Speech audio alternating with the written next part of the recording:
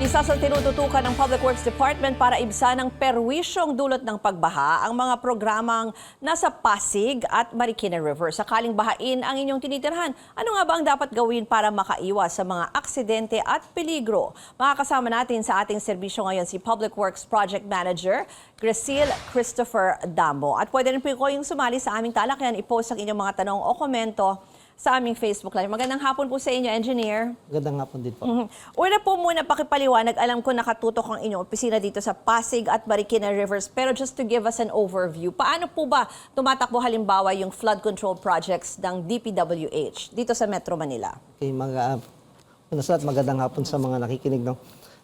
Magandang katanungan yan dahil lang DPWH isa sa mga proyekto namin itong Pasig Marikina River Channel Improvement Project. Sa kanyang pangalan, River Improvement Project nga to na iniluwagan natin ng ilog at itinatama natin dun sa tamang kapasidad niya sa pagsalo ng baha. Actually, ang naging problema natin dito, sumikip ang ating ilog, ang estero, at dalawang klase lang naman ng pagbaha yung inland flood at saka overflow flood. Yung inland flood, sinagot na po natin sa Metro Manila at sa mga pumping station. Ngayon, ang problema natin solusyonan ay yung overflow naman, tulad ng pag-apaw ng Marikina River. Ang kagandahan sa proyekto natin, itong JICA step loan natin, ito yung isang loan project from JICA, Phase 4, ito yung 8 kilometers. JICA is Japan, ano? Japan International Cooperation Agency, ibig sabihin na itong isang loan, stretch po niya is 8 kilometers, pero may dalawa po tayong bagay dito na ginagawa. Una, structural measure, tsaka non-structural. Structural, basically, yung structure natin, yung diking, at the same time, yung dredging works at pagluluwag ng ilog. Pero meron din tayong tinatawag na non-structural measures. Tulad nung nabanggit mo kanina, ano dapat ang gawin natin. So, una, ang non-structural measure namin is yung pagtuturo namin ng mga dapat gawin during pagbaha, like evacuation drill. Meron kaming education campaign, like yung flood hazard mapping, paggamit ng GIS. Ito mula sa LGU, barangay hanggang sa school, pati mga estudyante kasama. So bumaba kami sa lugar kung saan yung mga tao nakakaranas ng pagbaha, tinatanong namin sila sa yung mga lugar na binaba at ginamitan namin ng mapa at i-pinpoint kung saan yung baha at ano dapat yung gawin kapag bumaha. So meron din kaming evacuation drill kung saan pinakita namin kung ano yung mga dapat gawin during pagbaha, yung pag-evacuate at kung saan yung dapat na dumaan, kung saan dapat dumaan yung mga tao. And isa sa mga pinaka-importante rin dito yung aming social. Pag sinabi natin social, ito yung mga ISF na nakatira sa gilid na dapat maalis para lumuwag ang ilog. So nagkaroon kami ng relocation para sa kanila. Pero hindi lang basta relocation. So binabantayan din namin yung kanilang kabuhayan, kanilang kalagayan doon. So dapat nilipat natin doon, dapat may kabuhayan. Engineer, bago po natin isa-isahin itong inyong mga programa, gusto ko lang kasing yung when I ask you about the overview, maganda yung sinabi nyo na may inland flooding kasi at saka overflow. So ang nakatutok po kayo doon sa overflow nga po kasi yung mga ilog. Pero when you say inland, halimbawa kasi alam ko maraming nag-iisip dito, but yung binanggit ko kanina, konting ulan pa lang baha na halimbawa sa EDSA, bakit po ba, ito po ba yung sinasabi yung inland?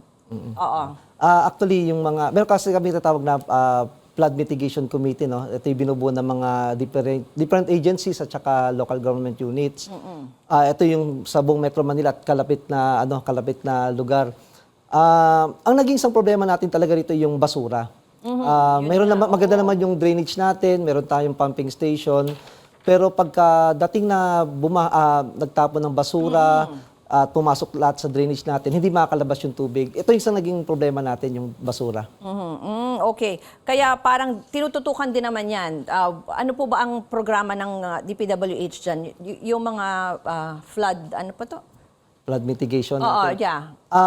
Kung matatandaan nyo, yung flood control ng DPWH sa Metro Manila, inilipat na namin sa MMDA. Ang mandato na lang ng DPWH is construction. Pagka na-construct na namin yan, matapos na yung proyekto at marami nang na-accept na namin yung project, itin-turn over namin sa MMDA. At ang MMDA na po ang gumagawa ng maintenance na tinatawag, yung paglilinis, pag may maintenance ng mga... Ay, yung iniisip ko yung mga pumping station. Pumping so yan, station nasa na po. MMDA na po yan. MMDA na po Oo, yun. okay. Pero maganda rin yung point nyo about dun sa ano, no, yung mga basura. Kasi parang dapat we should also do our part. Pero tama po ba yung obserbasyon na parang mas mabilis po kasi yung pag ano ng tubig ngayon pagbaha. Pero mabilis din naman nawawala. Oo. Yung tawag natin dyan yung flash flood. Kasi nga, ito yung binabanggit ng ating presidente, no? Ito rin yung tinatakbo ng ating DPWH through our Secretary Manuel M. Bonoan na yung climate change. Yun ang sinasagot natin ngayon na yung iba na po yung panahon ngayon, yung intensity ng ulan, lalo sa hapon, yung biglaang buhos ng ulan, yung mga tatawag nating nagbibigay ng flash flood. So yun ang dapat nating ma-address. Sige po. Mamaya pagpatuloy natin at pag-usapan natin yung inyong mga programa dito sa Pasig, Marikina Rivers. Kasama pa rin si DPWH Project Manager Graciel Christopher Damo sa pagbabalik ng Newsroom ngayon dito lang sa CNN Philippines. Pinag-uusapan pa rin natin sa ating serbisyo ngayon ng flood mitigation measures at disaster preparedness ng gobyerno kasama si Public Works Project Manager Graciel Christopher Damo. Engineer, ito pong inyong opisina ay nakatutok doon sa Pasig, Marikina Rivers. Maganda yung binanggit nyo kanina na kasama rin sa programa yung para sa mga informal settlers, no? Including, sabi nyo, hinahanapan nyo rin sila ng mga trabaho. Can you tell us more about this? Ilan po ba yung mga pamilya? Alam ko kasi matagal na yung paglilipat ng gobyerno dito sa mga nakatira sa yung mga dangerous zones, ano? Ano pong programa pa particular dito? Actually, yung maliban sa relocation, sa nabanggit ko, kasama namin dito ang NHA, ang mga local government units. Isang example rito yung mga ISF natin dito sa Quezon City, Bagong Bayan, through the help of the Quezon City Local Government Unit, pati yung barangay. Nahilikas na natin yung around 500 ISF dito. So nahilipat sila sa Baras and minamanage po ito ng Quezon City Government. Pero yung mga ibang area like yung Cainta, Taytay, actually yung buong Manggahan Floodway, kung narinig nyo yung Manggahan Floodway, punong-puno ng ISF yon. Ang idea po natin dyan is dapat maklear to ng ISF. Dapat mabalik natin sa original na design niya na makatanggap siya ng around 3,300 cubic meter per second na discharge. Volume ng tubig yon. Para yung daloy ng tubig dire-diretso papunta sa Laguna Lake from Marikina River to Laguna Lake. Ngayon, sa ngayon hindi natin kayang ilikas sila 10,000, 11,000 families, around that numbers, no? So pero meron tayong tinatawag na priority areas lang sa Cainta, Taytay na kung saan kami magkatayo naman ng flood gate at saka sluice gate sa Taytay. Sa Cainta, flood gate, sa Taytay naman sluice gate. Kasi binabaha rin po yung mga part na ito ng Cainta at saka Taytay dahil doon sa ilog na yon. Ngayon, nililipat natin sila, nililikas natin. Sa ngayon, wala tayong in-city relocation. Kasi sinasabi nila yung mga trabaho nila nandun sa mga syudad, di ba po? Oo. So, malilipat sila sa medyo malayong lugar, medyo Baras, but we are doing our best na mabigyan sila ng livelihood. Like yung mga nanay, ganyan, magkaroon ng trabaho. May mga tumutulong din po sa atin na non-government organization, tsaka mga private entities actually. Magbibigay sa kanila ng materyales, gagawa ng mga, halimbawa, mga punda, mga design na bag or something. Tapos we will also provide yung mga basic services through the LGUs yun. Halimbawa, Cainta, they will provide yung mga basic needs ng mga tao, medical, yung pag-aaral ng mga bata, schooling, etc. Sa ngayon medyo namumroblema tayo sa pera dahil yung sa COVID na nangyari sa atin from 2000 to 2021, 22, wala kaming pondo for that. But ginagawa ng paraan para magkaroon sila ng livelihood projects doon. Isa rin yung binanggit nyo, kamo yung non-structural, halimbawa yung pagtuturo or yung education, information dissemination, ano po. Maganda yung binanggit nyo sa hazard mapping kasi kailangan marunong yung mga tao na magbasa, no? Parang doon sa hazard mapping, makikita nila kung gaano karaming ulan, babaha na. Paano nyo po ginagawa yun? Okay, bali bumaba po kami sa LGU. Nagturo po kami ng GIS dun sa mga opisyales natin kung paano po ginagamit yon para sila mismo matutong gumamit ng hazard map.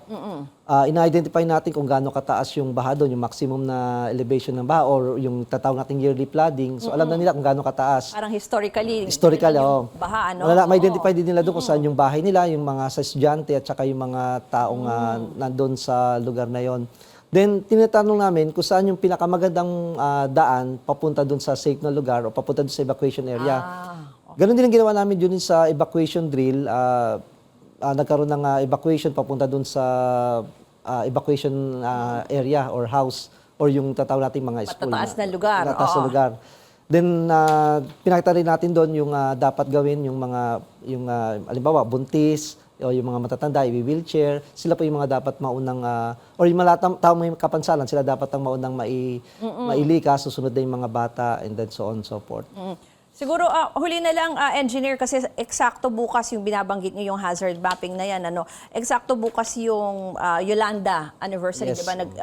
Super typhoon, isa sa pinakamalakas sa buong mundo, no, sa kasaysayan.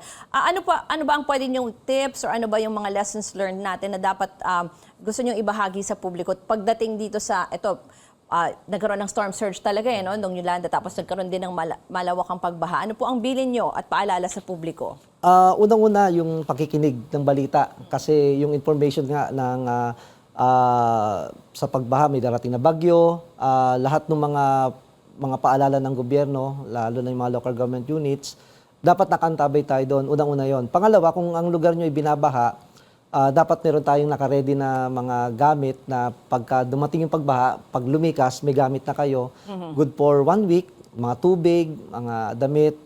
And then, yung isa pang bagay na dapat nating alamin is yung hazard map. Kung meron tayo doon sa lugar natin, saan dapat ang evacuation area?